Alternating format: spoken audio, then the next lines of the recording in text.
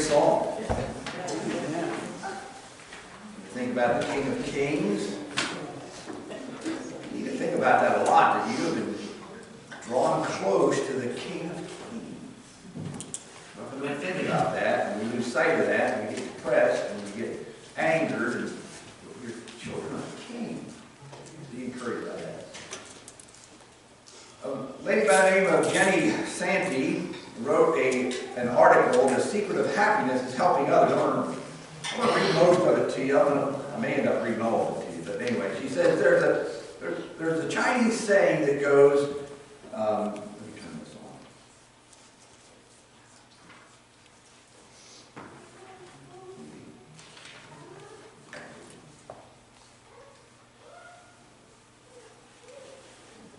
Oh, Houston.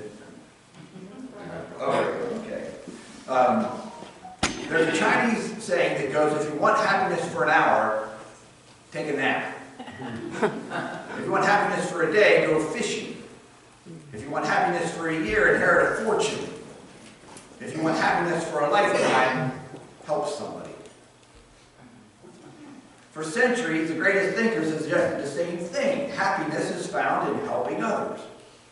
St. Francis of Assisi said, "For it is in giving that we receive." Tolstoy said, "The sole meaning of life is to serve humanity." Churchill said, "We make a living by what we get. We make a life by what we give." And that great philosopher, Goldie Hawn, said, "Giving back is as good for you as it is for those you are helping, because giving gives you purpose. When you have a purpose-driven life, you're a happier person." And so we learn early, it's better to give than to receive. The venerable aphorism is drummed into our heads from the very first slice of shared birthday cake. But is there a deeper truth behind this truism? The resounding answer is yes. Scientific research provides compelling data to support the anecdotal evidence that giving is a powerful pathway to personal growth and lasting happiness. Through the use of MRI technology, we now know that giving activates the same parts of the brain that are stimulated by food and sex.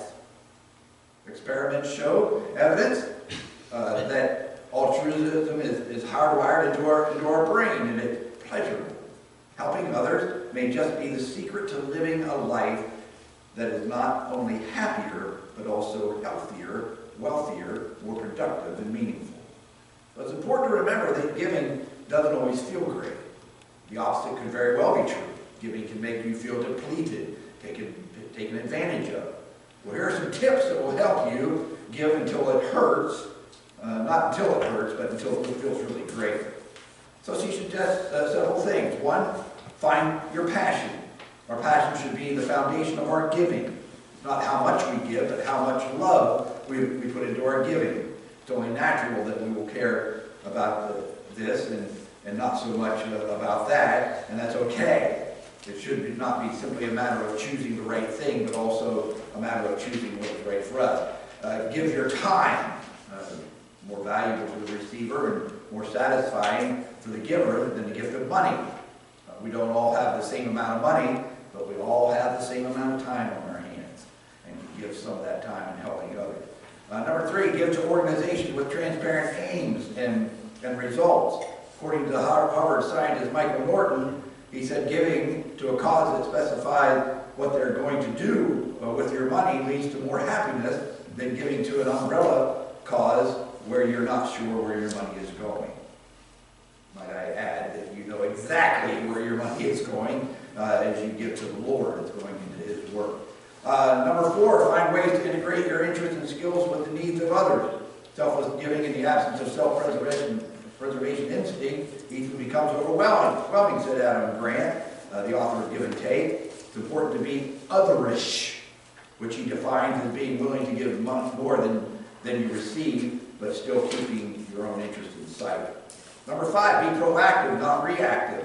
We've all felt the dread that comes from being cajoled into giving, such as when friends ask us to donate to their fundraiser or their GoFundMe page or whatever it is these days. In these cases, we are more likely to give to avoid humiliation rather than out of generosity and concern. This type of giving doesn't always lead to a warm glow feeling. More likely it will lead to resentment. Instead, we should set aside time, think about our options, and find the best charity for our values. And then finally, don't be guilt-tripped into giving. And when we talked about take God at His word, remember we had the ladder up, and the very first rung, guilt. There's not even a biblical motivation for giving, so shouldn't have a problem with that. I don't want to discourage people from giving to a good cause just because it doesn't always cheer us up. If we gave only to get something back each time we gave, what a dreadful opportunistic world we'd be. Yet if we feel guilt-tripped into giving, chances are we will not be very committed over time to the cause. So the key is to find the approach that fits us. When we do, then the more we give, the more we stand to gain purpose, meaning, and happiness. All the things that we look for in life, but are so hard to find. Did you catch that?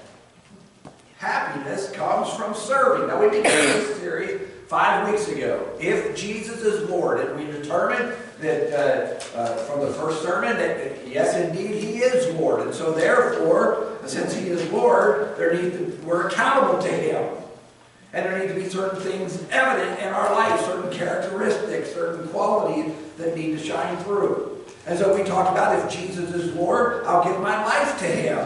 I'll live my life for Him. And you got to take that deeper than the surface, because that's a nice thing to say, very hard to put into practice. I give my life to you. I am at your disposal. You can interrupt me any time to accomplish your purpose. If Jesus is Lord, I'll be faithful to God, to the family, to the church. And if Jesus is Lord, I'll tell others, as we talked about last week. And so today's sermon, after all that we've talked about and accepted so far, this one should be pretty easy to put into practice. But unfortunately, it's not always the case. If Jesus is Lord, I will serve Him. Now, before we get into some particulars about that, I want us to look at our example of service, the Lord Jesus Christ Himself. It's in John chapter 13, and I'll be reading the first 17 verses. Now, before the feast of the Passover, Jesus, knowing that His hour had come, that He would depart out of this world to the Father, having loved His own who were in the world, He loved them to the end. And during the supper, the devil, having already put into the heart of Judas Iscariot, the son of Simon, to betray Him, Jesus, knowing that the Father had given all things into His hands, and that He had come from God, and that He was going back to God, got up for the supper, and laid aside His garment, and taking a towel, He girded Himself. Then He poured water into a basin, and began to wash the disciples' feet, and wiped them with the towel with which He was girded. And so He came to Simon Peter, and He said to him, Lord, do you wash my feet? And Jesus answered, said to him, what I do you do not realize now, but you will understand hereafter.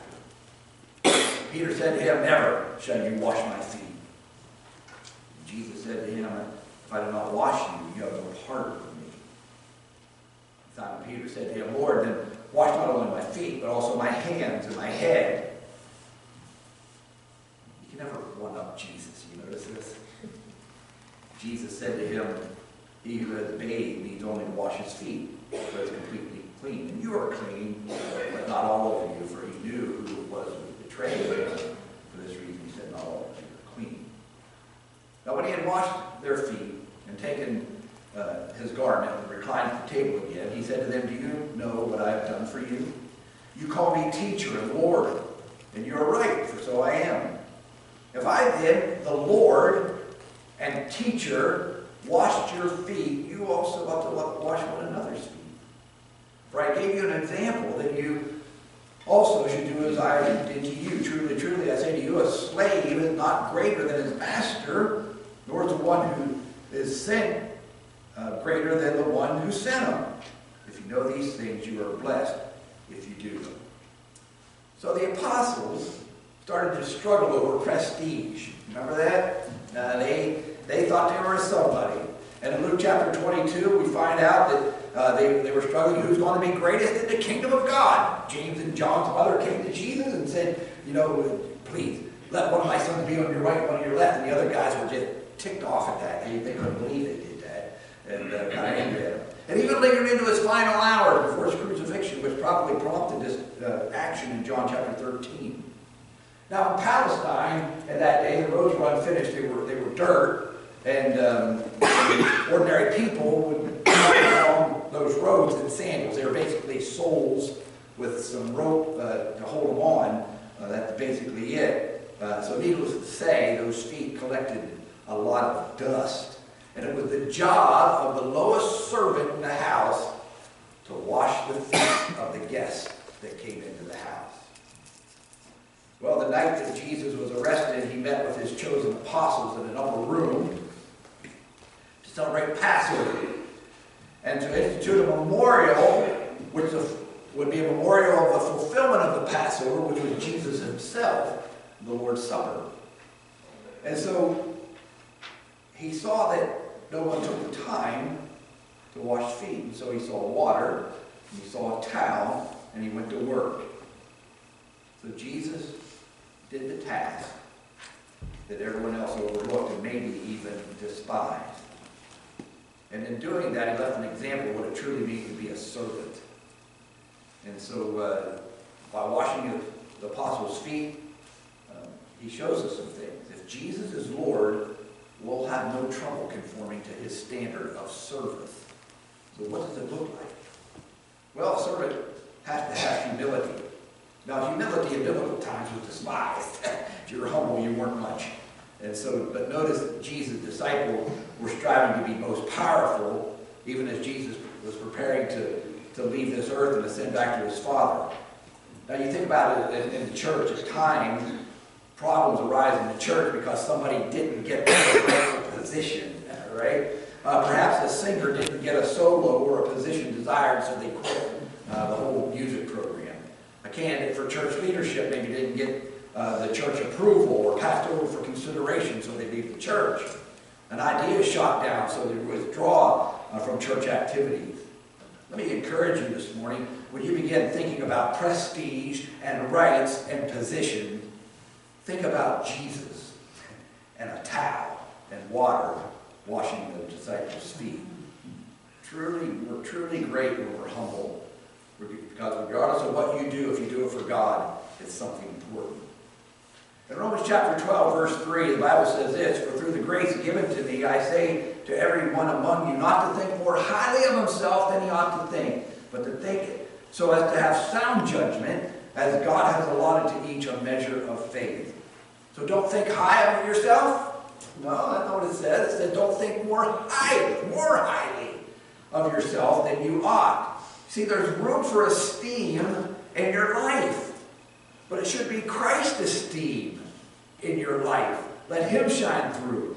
Now you're important, you're of worth. Why? Because you're a creation of God. And if you're a Christian, you've been recreated in Christ. And so just be careful not to get so haughty that you're not willing to do menial tasks. Now there's a second characteristic of a true servant, that's desire. God created us with desire. And the devil, like he normally does, he twists it. But desire to do good, godly things, that's God's intent. There's a couple places where this is used. In Luke chapter 22, it says Jesus, he said to the disciples, "I eagerly desired to eat this Passover with you." And concerning church leadership, in 1 Timothy chapter 3, verse 1, if anyone sets his heart on being an overseer, that's the word desire. If anyone desires being an overseer, an elder, he desires a noble task. And so in the original language, that desire means a craving, a longing, even a lust. Same thing. It's a deep desire. So in other words, we shouldn't force people into leadership or into service. If there's no desire, when troubles and difficulties come, they'll crumble if they really don't want to do it. But desire keeps us faithful. Can you imagine if we spent the majority of our free time thinking about how to be a good Christian? Can you imagine the change that would come over our life? Thinking how we can serve the Lord. People would fall away. And incidentally, Most people who serve never fall away. But it's easy to lose interest in the church where you have nothing invested. Just like your bank account, if you don't, or your stocks or whatever, if you don't invest, you don't get interest. And if you don't serve, if you don't invest in the church, you don't lose interest. Now there's another characteristic of a true servant, that's faithfulness. Now we've seen if Jesus is Lord, I'll be faithful.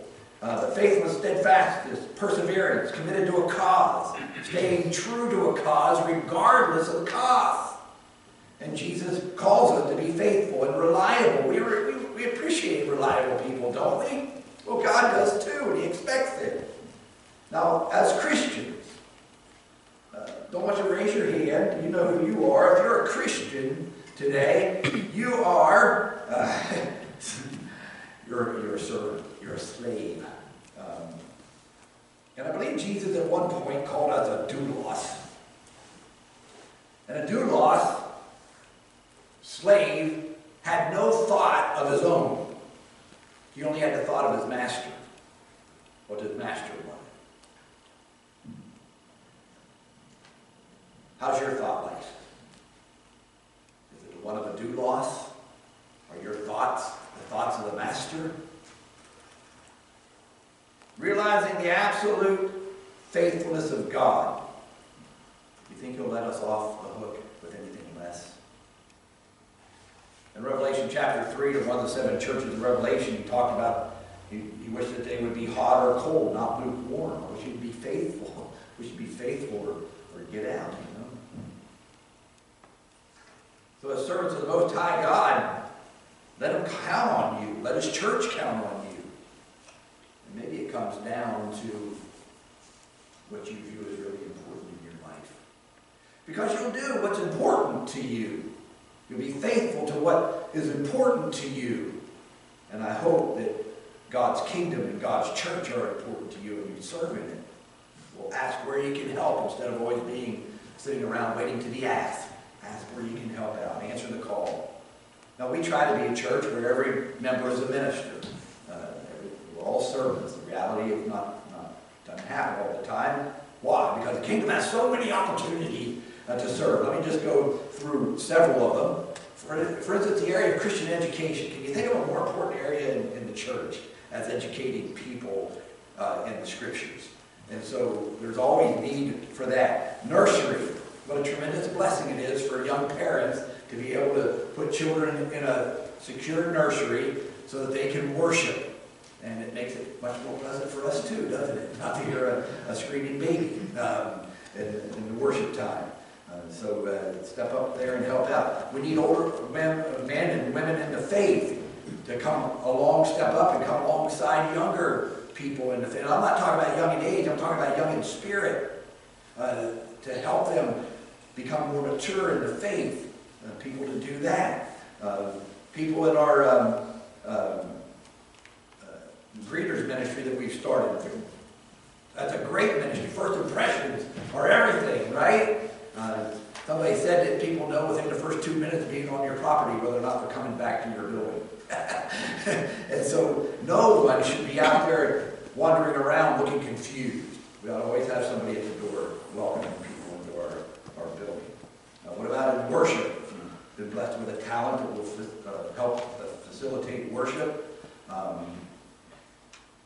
Simple matter of faithful attendance to encourage people. Our missions committee. Annalise would love more people on that committee to give ideas, you know, Faith Promise coming up and how we can serve our missionaries, things such as that. Outreach. Many of you know that on Monday I usually make what's called screen door visits. Take somebody a gift, thank them for being with us, and encourage them to come back. If people be involved in that with me. I'd heard years ago, I don't know what statistics are now, but something like 75 or 80% of the people that we visit 24 hours after they have been here will come back. If you wait 48 hours or whatever, the percentages go down. And then the guy that was teaching said, if the preacher makes those calls, divide everything in half. Because he's paid. Right? But if you get people just showing up, it makes an impact. And then just talk about Jesus and how he relates to us. Our grounds, again, first impressions are everything. Our grounds look great because of 2 or 3 people. We'd love to have more people mowing the yard this summer. Now, Ron's getting ready to take a little hike. I told him, take a hike, Ron. On the Appalachian Trail, so we're not going to see him for about 4 months. And so we're going to need some mowers and weed whackers to help us in our ground. The building, we cannot say that we have a relevant message if our building's in disarray. And so it looks good. We need to make sure it continues to look good. I know we have a little problem in the women's restroom. We're on it. We're going to take care of that very, very soon after our water damage. And then we have events coming up. Lazy Day is going to be here before we know it, and we're going to do a big thing there. And then our fall festival, which is shortly after it, and then shortly after our fall festival, we're celebrating our 35th anniversary of the church. So lots of things coming up for you to step up and help to attract people to the Lord. So again, if you're a Christian, you're a servant of the Most High God. So the question of the day is, can God count on you? Most people wish to serve God, but only in an advisory capacity. So many things that we do are behind the scenes. And if you get discouraged behind the scenes, remember Jesus and a towel and be encouraged. What a wonderful world it would be if everyone would come under the rule of God. We have a tremendous part to play in that. So work in your area and expand into other areas. And we're in it together, and so the more people that are involved, the more that gets done. Anyone for a towel? Let's serve.